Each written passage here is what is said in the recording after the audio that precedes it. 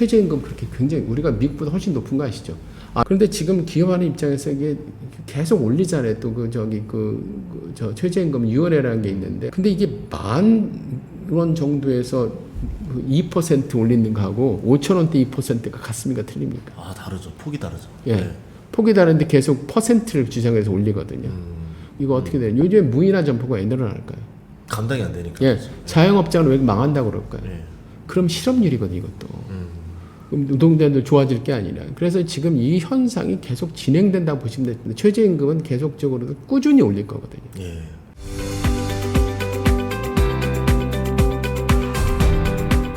이제 한국 경제에 대해서 좀 이야기를 해보려고 하는데, 한국 경제 하면은 지금 참 아이러니한 걸 좀 많이 느끼거든요. 예. 분명 경제 안 좋은 것 같은데, 예.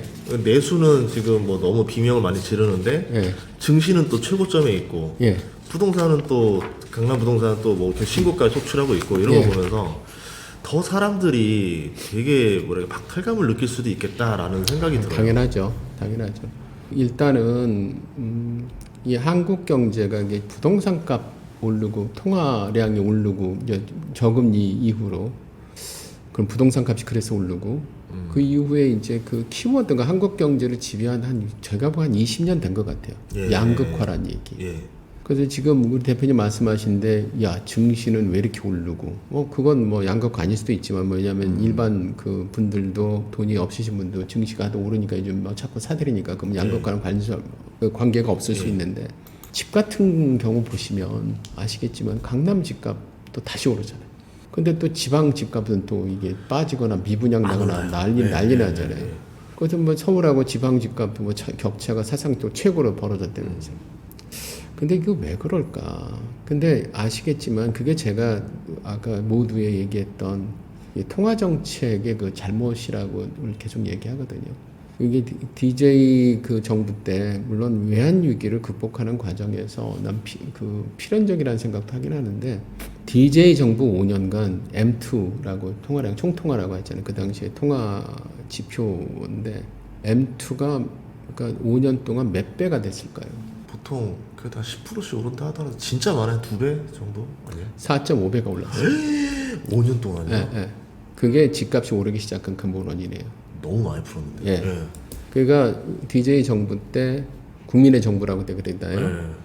그때 그러면 IMF를 어떻게 극복했습니다. 뭐 IMF 사람은 이 소리 하면 막 화를 내더라고요. IMF TF 할 때 IMF 사람을 많이 만났는데 IMF 뭐 사태 그러면 우리가 뭘 잘못해서 IMF 그것을 뭐 악질이냐고 뭐 그러는데, IMF라고 어쨌든 그래도 IMF라고 그러니까 IMF 때 그때 그 IMF 극복을 뭐 어떻게 했느냐. DJ 그 정부가 프린트 머니거든요. 돈 찍어 극복한 겁니다. 최저금리 했었고요. 그래서 그때 처음에 30%까지 갔던 금리, 이거를 시장 금리를 결국에 1년 만에 그 10% 미만으로 잡고, 왜냐 IMF 이제 우리 극복했으니까 좀 봐줘 해가지고. IMF도 그때 하도 그 처방 잘못해가지고 여러 나라가 거의 회복하긴커녕 더 거덜나 버리니까. 그렇죠. IMF 없애자는 이제 클린턴부터가 그때 IMF 없애자는 소리 나왔을 때거든요. 그러니까 이제 이거를 클린턴 물러났지만 하여간 어쨌든 IMF를 코너가 몰리니까 이 사람들이 그러면 우리 처방 받아서 잘된 나라를 샘플을 만들었는데 한국이 선택된 게 감사하게. 그래서 한국이 우리 금리 낮추겠다는 어여해버린 거예요. 그래서 99년도부터 금리를 낮추기 시작하는데 무서운 속도로 낮추고, 그때부터 제가 이건 너무 낮춘다. 그때부터 제가 저금리 조심해야 된다는 얘기 떠들기 시작합니다. 그때부터.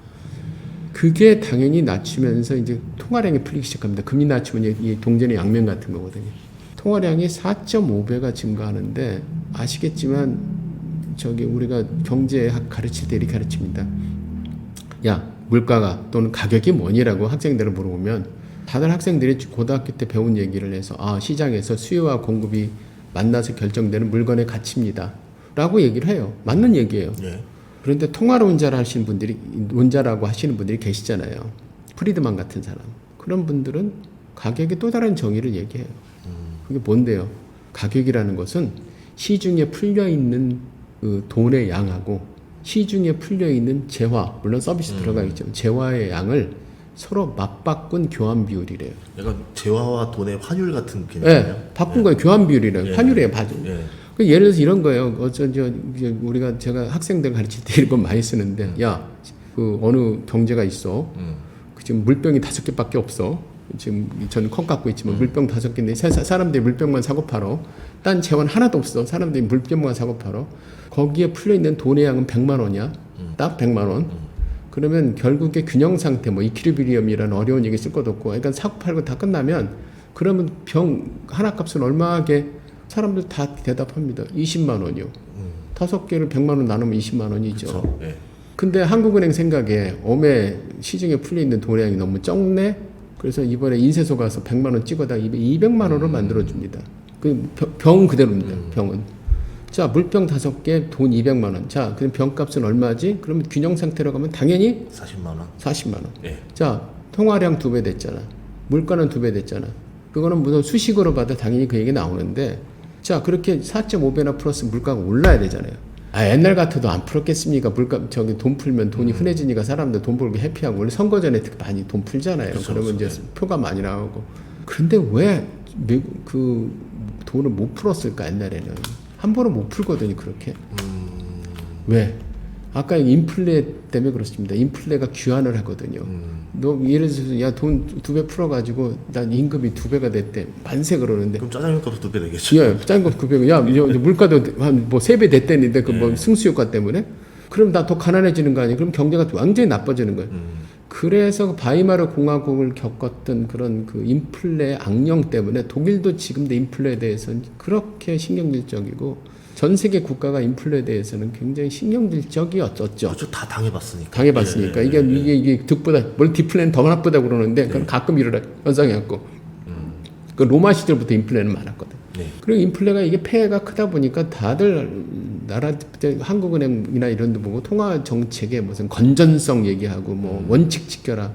그래서 사실은 볼컷 때 하도 그때 그 유가 파동 나고 금리가 자꾸, 그러니까 물가가 뭐 유가가 오르면서 스태그플레이션 나면서 물가가 안 잡히니까 볼컷한 아저씨가 레이건에 들어와가지고 이 아저씨가 어떤 짓을 했냐면, 야, 교환 비율이라며 물가가 오르는 거. 그러면 나 돈의 양을 갑자기 꽉 잴 거야. 그럼 지가 오를 거야. 그래서 볼컷 때 콱 돈의 양을 그때부터 주기 시작한 거죠. 뭐 그때는 금리를 갖고 조정한다 했던 뭐 이랬는데 필요 없고 통화량 자체를 타겟팅을 했죠. 한국은행도 그때부터 통화량 관리를 시작을 했어. 그래서 진짜 죄니까 이거 뭐 금리가 뛰고 처음에 뭐 난리가 아닌 거예요. 왜냐면 돈이 귀해지니까 그쵸, 금리가 그쵸. 뛰죠. 막 가지고 그러니까 엄청난 불황이 찾아오고 막 볼컷 죽일 놈 살릴 놈 했었어요. 그래 1, 2년 지나니까 물가가 잡혀요, 진짜로. 그래서 이걸 근거학적으로 믿었어요, 미국도. 한국도 그렇게 믿었어요. 그쵸. 그래서 네. 90년대, 뭐 80년대부터 시작해서, 야, 이제 통화량 관리를 해야지, M2, 총량을 관리해야 된다. 이게 바뀐 게 진짜 계기가 있습니다. 중국이. WTO가 이러면서요. 그리고 세 개의 공장이 됐잖아요. WTO 각 동시에. 왜냐 아까 얘기했죠. 교육받은 노동력. 모든 나라에게 중국이 이제 들어왔잖아. 개혁 개방하면서 90년대 초부터 개혁 개방한다며. 그때까지 중국은 외국 자본 안 받아들였어요. 왜냐하면 중국은 중국들의 피해 의식이 있잖아요. 등소평이 80년대 초에 잡았지만 등샤오평이 그 양반은 혹시 여러분들 이화장 가보셨습니까? 이하원이라고. 아니요. 네. 거기 별장인 서태후 별장인데요.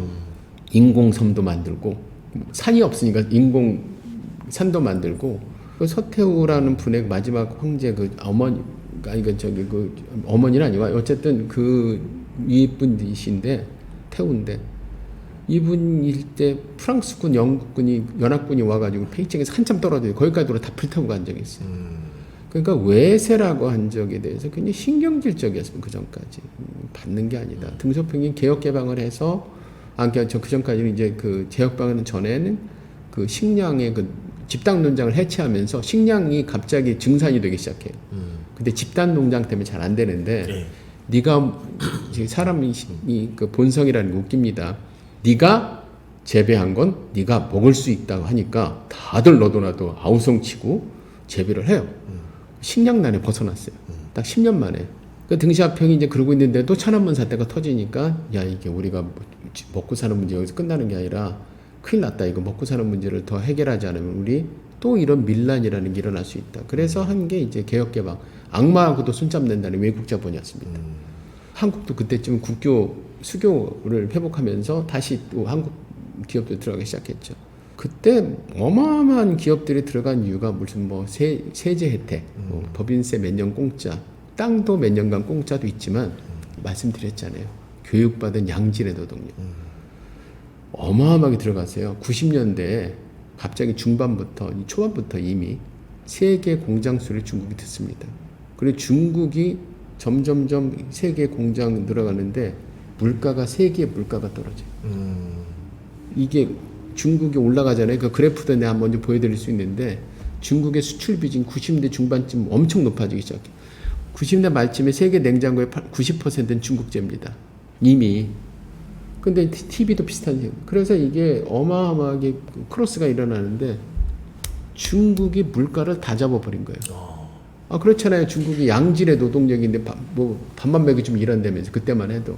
그러니 메이드 인 차이나가 전 세계에 인플레를 잡아버린 거예요. 이런 현상을 인류가 경험한 적이 없어요. 없죠. 노동시장에 이렇게 많은 인구가 들어와가지고. 네. 야 그러니까 야 이게 신세계네. 그래서 그때 무슨 일이 벌어졌냐. 깅리치라고 요즘도 나오더라고요. 한번 공화당 그때 그 의장도 하고 그랬었는데 깅리치라고 굉장히 그 중요한 우리식으로 국회의원이 This is the new economy라는 표현을 써요. 90년 중반에. 이건 신경제야. 근데 신경제란 말이 거기서 나온 겁니다. 그럼 왜 그러냐 그랬더니 야 경기가 뜨거운데 그리고 너무너무 화랑인데 물가가 안 올라. 이건 양립할 수 없거든. 그렇죠. 그 그린스펀의 수수께끼. 그거잖아요. 그러니까 네. 이게 무슨 얘기냐? 아니 왜 이렇게 물가가 안 오르지?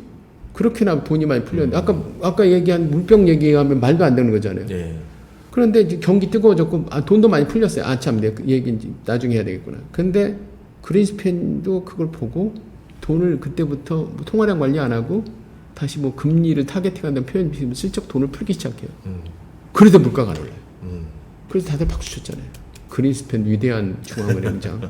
뭐 그리고 그 당시 신경제는 이유가 뭐냐면 별 얘기 다 들어 90년대 IT 혁명으로 생산성이 너무너무 좋아져서 어느 공장이든지 수요가 오르면 옛날에는 이걸 대응을 하려고 그러면 공장 증설하고 다시 이제 설비 투자해야 되고 몇 년 걸리잖아요. 증설 없이 생산이 올라간다. 예. 생산성이 너무 좋아서 뭐 간반 시스템도 있고 뭐 그다음에 포스 기계가 돌아와서 그 수요를 확인할 수 있어서 저 공장장님 뭐 주문이 2배 들어왔는데요. 그러면 공장장이 그렇다는 옛날 같지 않게 그래 오늘부터 생산 2배 이게 가능해졌다는 거 아닙니까?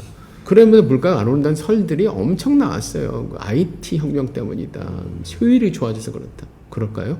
물론 일부는 있겠죠. 근데 적어도 중국이 세계 인플레의 반을 깎아먹는 게 중국입니다. 차이나 팩터예요. 얘가 들어오면서 차이나 팩터가 들어오면서 그린스팬이 맘 놓고 돈을 풀었거든요. 그래도 물가 안 올라요. 돈은 또 그 돈이 또 증시로 가요.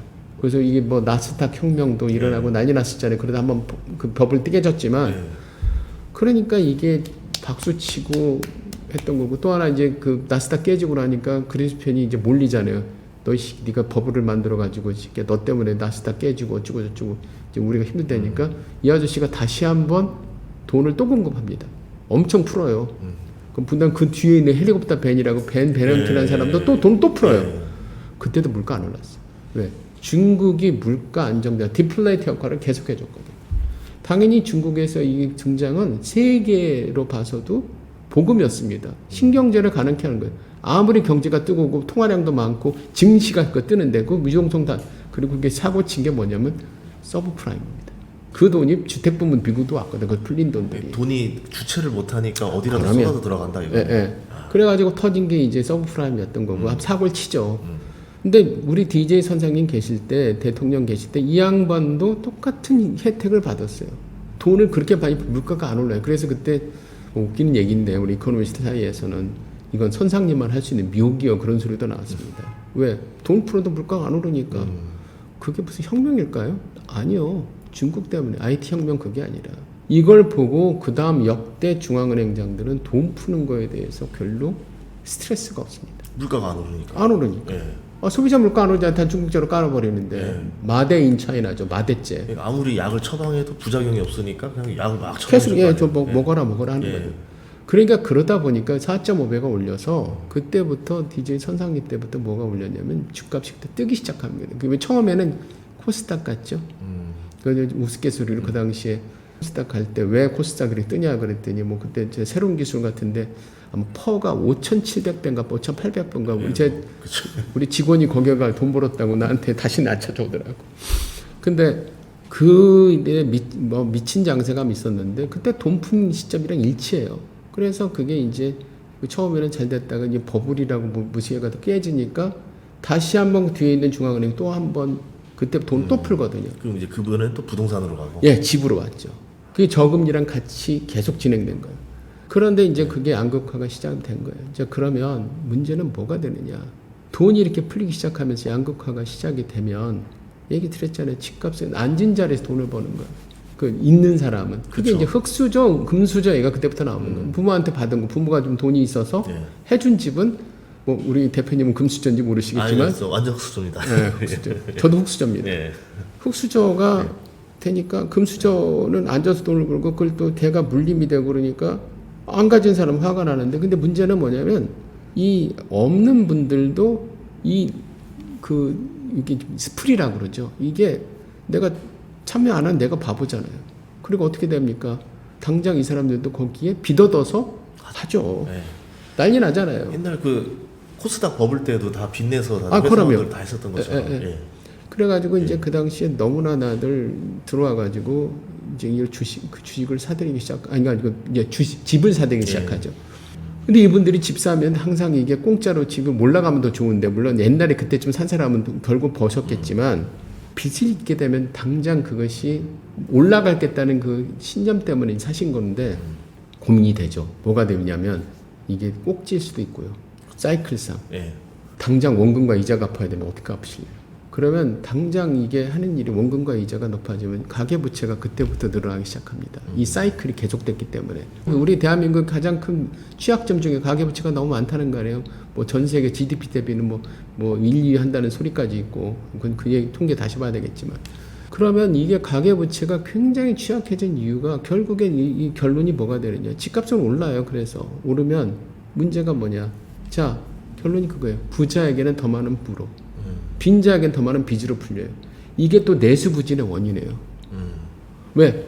소수의 부자와 다수의 물론 빈자라는 얘기 표현은 잘못됐지만 그거 좀 less have 그러니까 좀 덜 가지신 분들이 이제 중산층 이상 이걸 이하가 샀다 하더라도 결국에 이분들이 갚아야 될 돈이잖아요.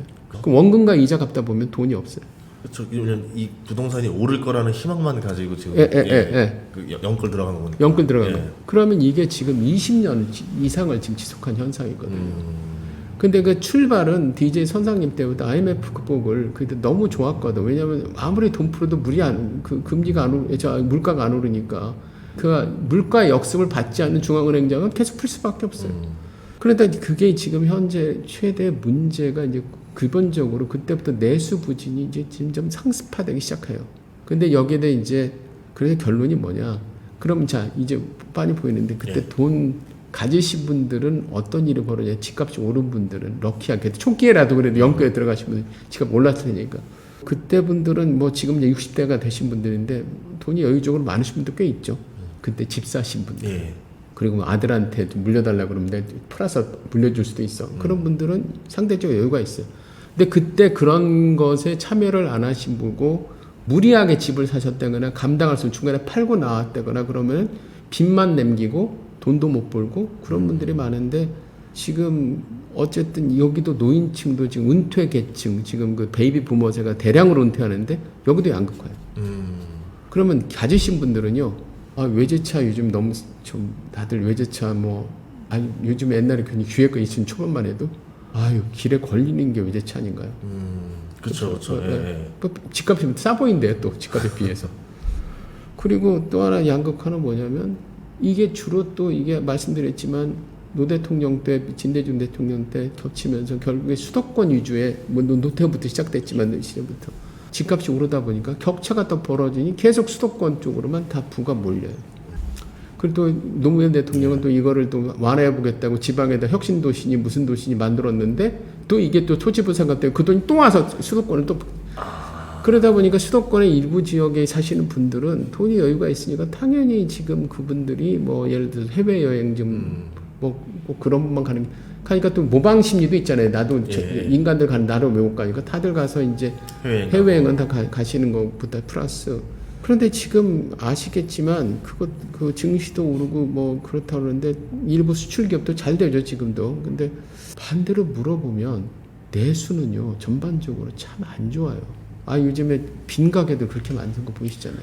여기 강남만 해도 허다하죠. 예, 빈 가게 너무 많이 봐서 이게 도대체 온라인으로 뭐 저 소비 구조가 바뀌었다고 뭐 그것도 있겠죠. 그런데 뭐 그다음 상가 공급이 너무 많이 된 데 있지만 옛날에 전통적인 그 상가 뭐 예를 들어서 번화했던 거리가 잘 유지를 못해요. 그러니까 또 이게 또 옮겨가요 이게 또. 뭐 세로수길, 가로수길 뜨다가 뭐 경리단길 뜨다가 뭐 삼청동길 뜨다가 이게 좀 거기다 한가해요. 또 요즘에 가시면. 네 맞아요. 그러니까 지금 이게 여기도 이게 불경기 때문에 소비 형향이 바뀌어서 그러니까 알 수 없지만 전반적으로 소비가 부진한 건 사실입니다. 근데 우리나라뿐만 그런 게 아니라 중국도 지금 다 그런 거고. 중국은 이제 미국한테 얻어 터져서 그렇다고 보시면 될 것 같고 중국은요. 한국은 어떻게 보냐면 양극화가 만들어낸 이게 소비 부진이라고 보이거든요. 양극화가 이제 거기에 양극화 기조가 있습니다. 이게 통화를 처음부터 잘못 건든 거예요 이게. 그래서 제가 그걸 반대했던 거고. 그런데 또 하나 문제는 지금 현재 문제는 우리 문재인 대통령 때 이제 소주성이라는 걸 했잖아요.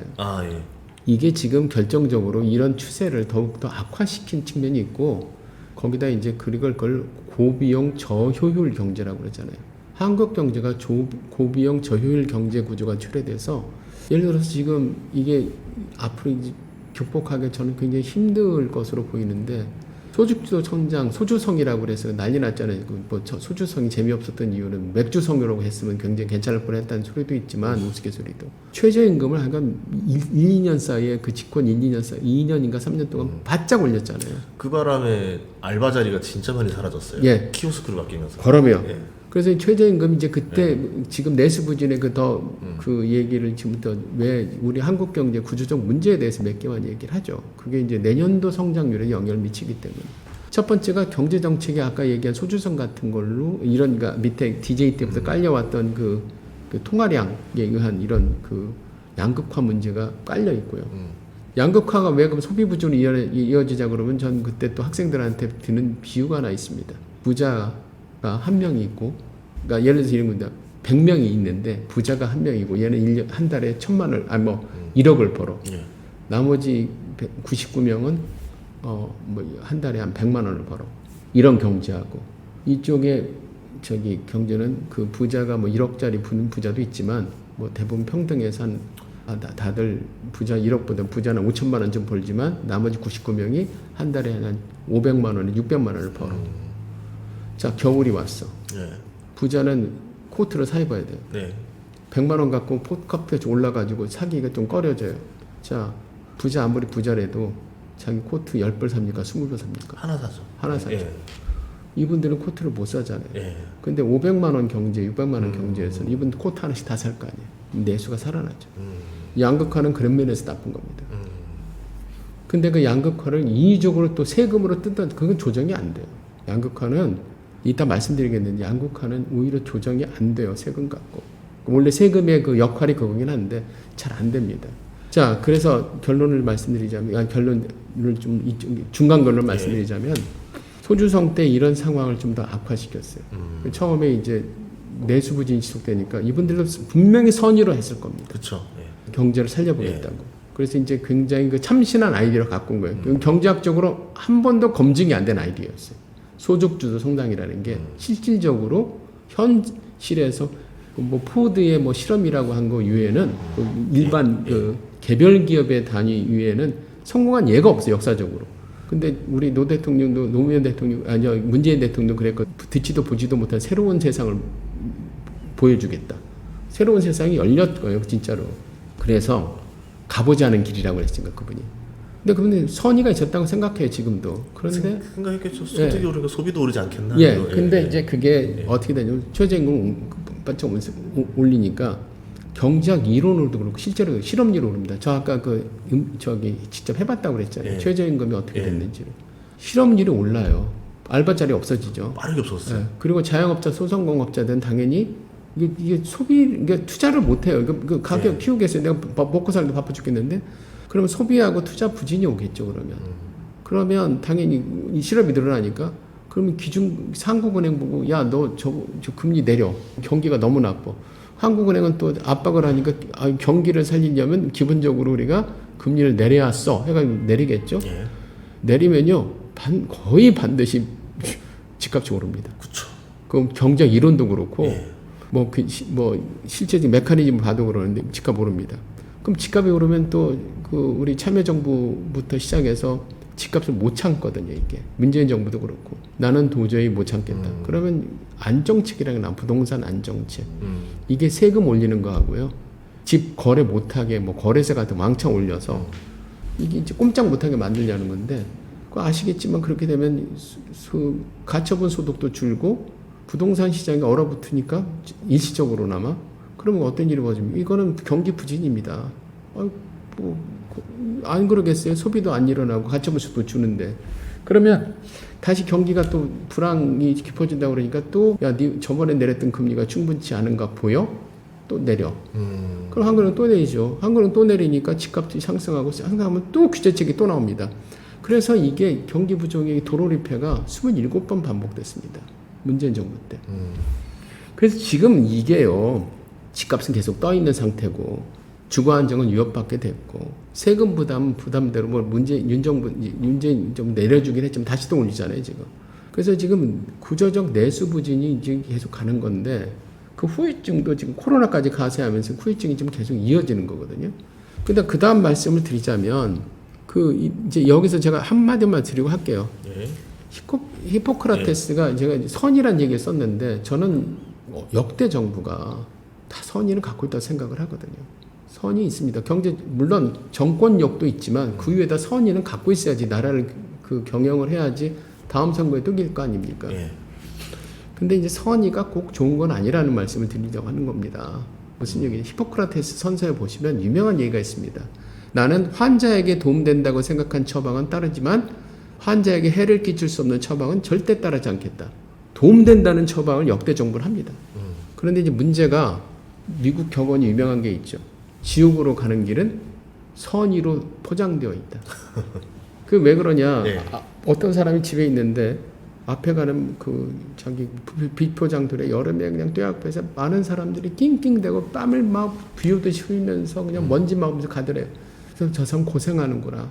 그래서 이 사람이 사제를 털어가지고 4차선 아스팔트를 물론 이제 편도겠지만 깔아줬어요. 그랬더니 차들이 가더니 이번에 차들 생칭 갖고 갔더니 안 돌아오는 거예요. 그 끝에 갑자기 절복이더래. 그러니까 무슨 얘기냐면 선의가 있었지만 더욱더 이걸 촉진시킨다는 거예요, 이게. 결과가 좋은 게 아니란 얘기죠, 선의라는 게. 근데 이제 그 얘기를 왜 내가 이렇게 하느냐. 최저임금이요. 예. 이게 문제가 있는 게 워싱턴, 시애틀에 있는 워싱턴에 보시면 이게 2015년에 9.47달러였습니다, 최저임금이. 이거를 2년 만에 15달러를 올려요. 58%를 올립니다. 왜냐하면 소주성 이쪽도 생각을 한 거예요. 예. 그래서 이걸 갖다가 유오브 워싱턴 시애틀이라고 그 유명한 좋은 대학이 있습니다. 아주 훌륭한 대학인데 거기서 다 조사를 못해서 이게 올릴 때 딱 11달러에서 13달러부터 2달러 올릴 때만 조사를 했어요. 그때 놀라운 현상이 벌어집니다. 무슨 얘기냐면 일자리가 6.8% 줄어들었대요. 당연한 일이죠. 네. 예. 그리고 근로시간이 줄면서 소득이 올라야 되는데 주니까 거꾸로 125달러가 연간 줄더래요. 노동자들마다. 그래서 보시면 제가 이거는 이게 왜 이런 얘기를 많이들 학생이 물어보는데 최저임금 올리면 왜 물자리가 사라집니까? 제가 가르친 경제학 교과서 중에 맨큐 교과서가 제일 많이 쓰입니다. 경제학 원론에. 네. 거기 사과를 보시면요. 이런 얘기가 나와요. 최저임금을 어느 정도 올리면 실업이 발생한다고. 제가 나중에 이제 이게 방송 나갈 때 이 그래프가 나갈지 모르겠어요. 맨큐 교과서에서 갖고 온 건데 노동시장에서 이게 임금이고 노동 공급량이라고 하는 걸 보면 이게 노동의 수요와 공급입니다. 이게 이제 물론 반대로 보이시겠지만 그러면 이게 균형 임금이랑 결정돼 수요 공급이 항상 우리가 경제학에서 기본으로 갖고 있는 거니까. 그런데 만약에 최저임금을 이 균형 임금보다 높게 발을 높일수록 이 벌어지는 길이가 실업입니다. 그러니까 이거 높이면 높이지 이 양쪽 벌어졌기 때문에 이 높이면 발을 이게 훨씬 벌어져. 그렇죠. 이게 실업이거든요. 그래서 내가 맨날 하는 소리가 아마 문재인 대통령 시절에 그때 경제팀들이 받쳐친 분들이 맨큐 교과서도 안 본 것 같다. 이것도 개론인데 원론 사과밖에 안 읽는데 그 초반만 읽었어도 뭐 이런 건 아니실 텐데 이 양반이 공부를 안 했나 이 생각으로 우스갯소리를 한 적이 있어요. 근데 지금도 똑같습니다. 이 소주성에 대해서는 로버트 베로 같은 사람은 하버드 교수인데 한국 경제를 굉장히 칭찬했던 사람이에요. 한국 경제 대단하다고. 네. 근데 이분이 뭐라고 그랬냐면 이게 지금 그 경제적 성공이 지금 요즘에 그때 소주성 보고 이렇게 놀라웠던 경제적 성공을 흥청망청 낭비되고 있다는 표현을 썼어요. 왜냐하면 무슨 얘기냐면 이 양반들이 뭐라고 그러냐면 1950대 후반부터 가난에서 탈출할 수 있었던 원동력은 부자의 돈을 그 가난한 사람한테 재분배한 데서 온 게 아니라 전체적으로 경제 성장이 파이를 키운 게 이 빈곤 탈출의 전반적인 원동력이었다고 표현을 씁니다. 그래서 이분이 뭐라고 표현하냐면 소주성을 뭐라고 가르쳤냐면 소득주도 성장이라고 부르는데 나는 이거를 소득주도 빈곤이라 부르겠다는 아주 신랄하게 비판을 했어요. 그 얘기가 뭐 좀 이게 와닿는 게 있어요. 근데 이제 그 사람 뭐 100% 맞는 건 아니겠지만 근데 이런 얘기를 하면 사족을 말씀드리자면 제가 경제연구소 있을 때 삼성경제 있을 때 유럽의 진보 정부하고 보수 정부를 비교한 적이 있어요. 그럼 보수 정부를 할 때 이 보수 정부를 하는 사람들은 또 성장에 좀 방점을 찍혔고 진보 정부는 분배에 방점을 찍지 않습니까? 그래서 그걸 유럽의 주요국들을 비교를 해봤어요. 보수 정부 때 성장하고 분배 지표, 진보 정부 때 성장하고 분배 지표. 놀라운 게 있어요. 근데 이렇게 생각하냐? 아니 보수 정부 때는 성장은 높아지면 분배는 악화됐겠다. 그리고 진보 정부 때는 성장은 떨어졌지만 분배 지표는 좋아졌겠다. 그렇죠. 네. 근데 놀라운 결과가 결론이 뭐냐면 그때 보고서 쓰다가 말아버렸는데 또 이게 정치적으로 오해가 산다고. 보수 정부 때가 성장도 좋아졌지만 분배 지표도 좋아져요. 파이는 키워놓고 볼 거라는 거죠. 그런데 진보 정부는 둘 다 나빠져요. 둘 다 선의를 갖고 했을 겁니다. 그런데 결론은 그렇게 나더라는 거예요. 그 현상에 어쩔 수 없어요. 그런데 이제 보면 제가 이런 얘기를 하면 하는데 일단은 지금 현재로 봐서는 그 저율 비용 고비용인 경제라는 게 기본으로 깔고 들어가기 때문에 이게 참 하업하는 사람 입장, 기업하는 입장에서는 최저임금 그렇게 굉장히 우리가 미국보다 훨씬 높은 거 아시죠?